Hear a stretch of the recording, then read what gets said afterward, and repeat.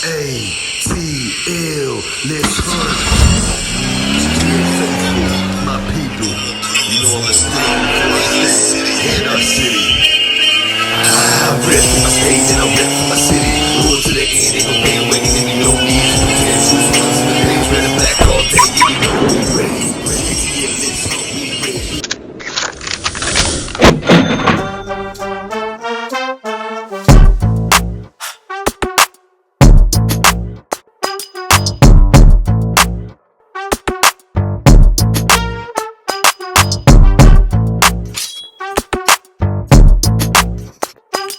It's time.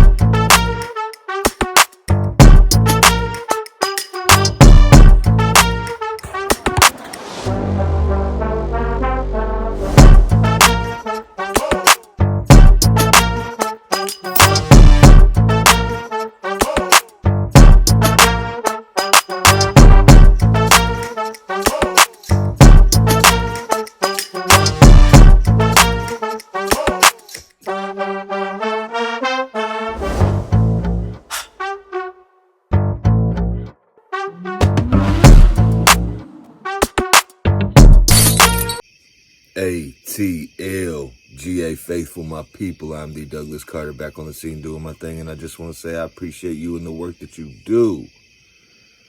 Shout out to all the content creators. Shout out to everybody who met up at the Spot and Stop Bridge, and then shout out to everybody who came out to the last preseason game against Jacksonville.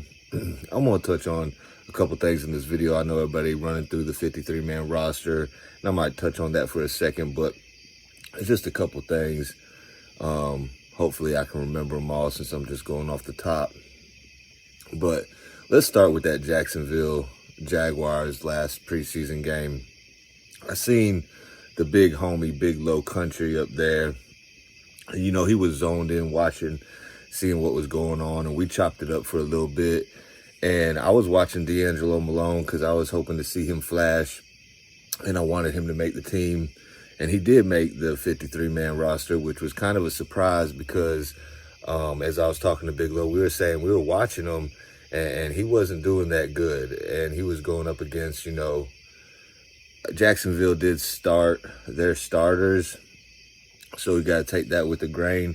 But he wasn't flashing like I hoped he would, but maybe he can carve out a role in the season. I know he has been doing good on special teams. So shout out to D'Angelo Malone for making the squad, pulling for you.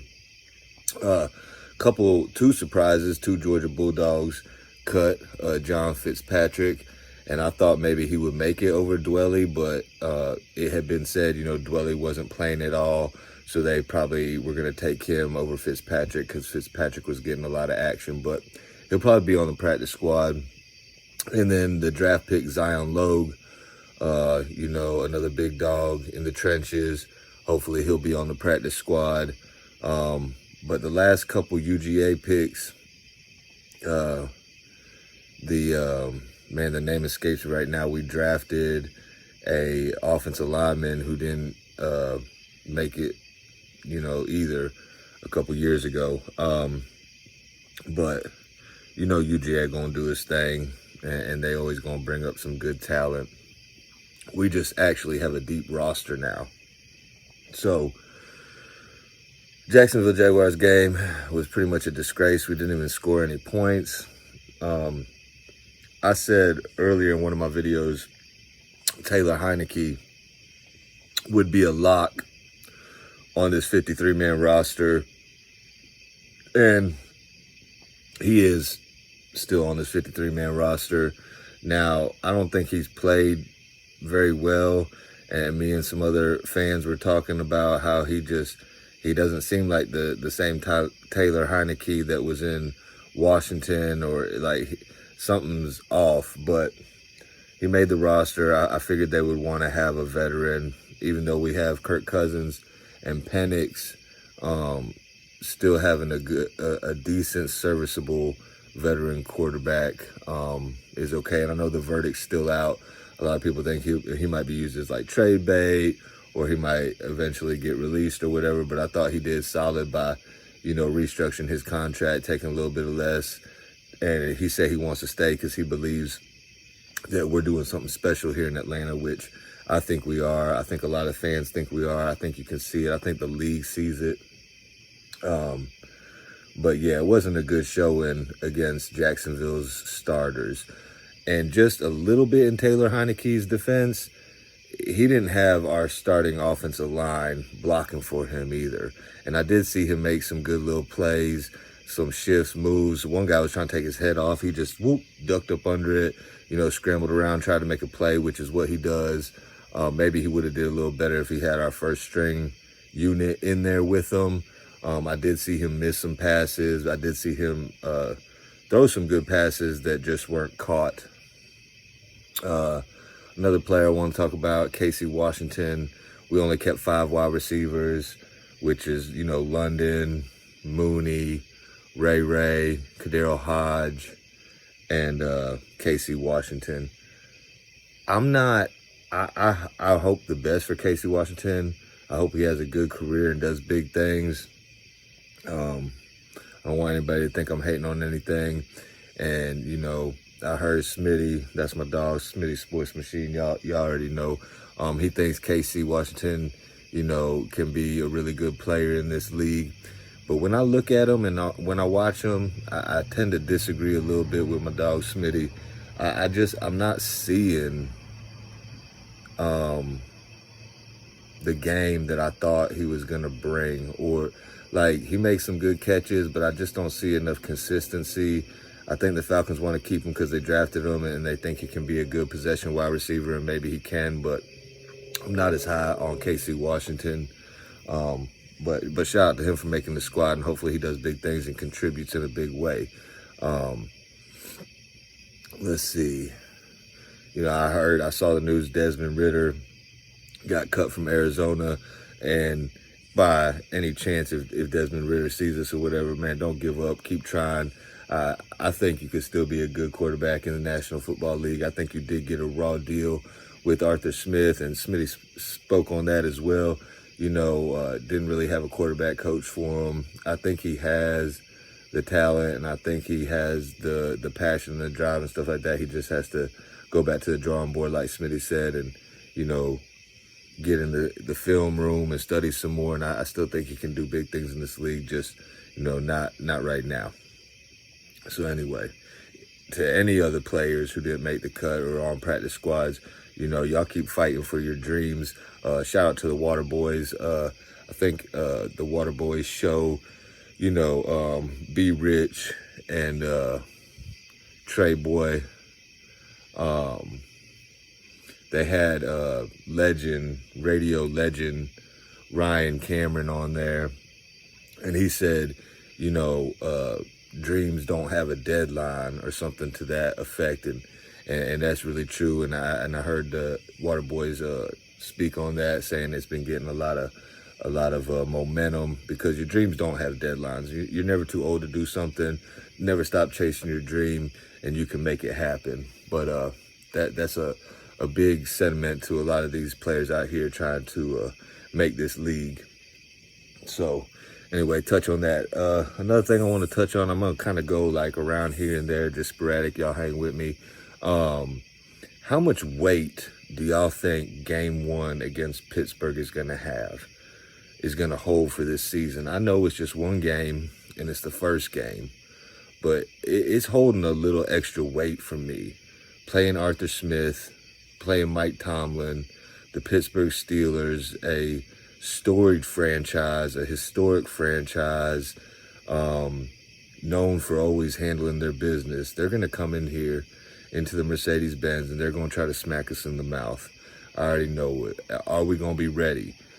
Not playing our starters in the preseason. Some teams do, some teams don't.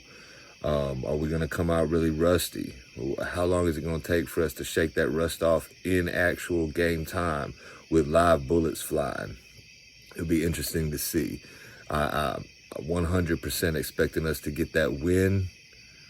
And I think it holds a lot of weight. And I don't want to start the season 0-1. I was talking to Big Low, like I mentioned earlier, and saying, like, I don't care if it's the preseason. I at least want to get one dub. We lost all 3 games. Does it really matter?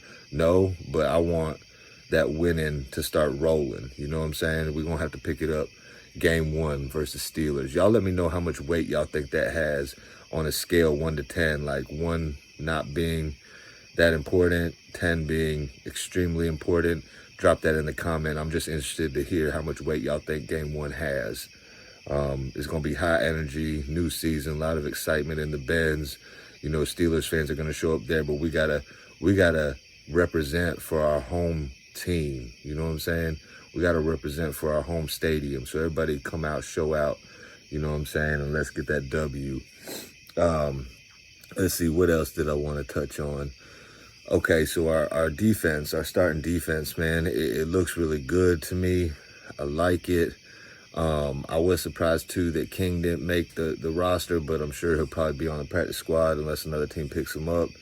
Hamilton, he did good, so they're going to rock with him. I heard Mike Hughes went ahead and got the nod for starting 2 on the other side of AJ. But I do believe Clark Phillips is still going to take that job. He just makes plays, man. That's bottom line. And I feel like, you know, eventually he's going to be that guy. But up front in the trenches on our defensive line, like, I'm trying to think, if we're running a 3-4, who we going to have out there? We're going to have Eddie Goldman, Grady Jarrett, and Onyemata, and then have the 4 linebackers going to be Judon. Is it going to be Lorenzo Carter or AK? I think Lorenzo Carter might be doing better than AK right now, so I think it might be Lorenzo Carter, Judon, and then who's going to be in the middle? They're going to put Caden Ellis and Troy in the middle, or they're going to rock with Nate Landman in the middle with Caden. I think it's kind of, you know, split on Nate and Troy. We'll see how healthy Troy is when he comes back. I mean, from that injury from last year, if he's going to fly around and make plays. But either or, I'm good with it. Whether you got Goldman, Onyemata, Grady, Judon, Lorenzo, or AK, Caden Ellis, Nate Landman, or Troy Anderson, I really like that. And then AJ Terrell, I'm cool with that. Mike Hughes, we'll see how that goes. I'm semi-cool with that. I like Clark Phillips. But then, you know, Jesse Bates and Justin Simmons, man, that's a stout defense. And then if you want to switch it up and run the 4-3, you know, you can just, we actually have depth on our defensive line. So you could add Katavius Street in there. You could add Rook in there. You could slide Dorless in there. And let's not forget about Zach Harrison. Is he going to maybe take some of that outside linebacker role? Maybe. Is he going to be traditional defensive end? They could stick him in there. So and can't forget about TQ. And, you know, it feels good to have all these players that are actually really good, solid depth. I hadn't even mentioned James Smith-Williams, another depth piece. So we're going to have a good rotation. I'm probably leaving somebody else out. If I am, forgive me, but our defense is looking stout. Our defense is looking good. I think our offense is going to look good. I think once we get it rolling, we're going to eat. You know, I think Cousins going to do his thing. Pitts, London, Mooney, Bijan, Algier, Ray. You know, Hodge can get in the mix. Casey Washington can get in the mix. Charlie Warner can get in the mix. You know, Dwelly can get in the mix. Our offensive line should be solid. So it's looking real good. It's looking good to me.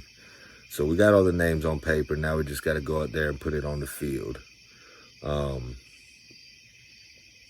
D. Alford out there in the nickel, him or Clark, you know, in the slot, however they want to run it. The versatility of Bates and Simmons, switching in and out, strong safety and free safety.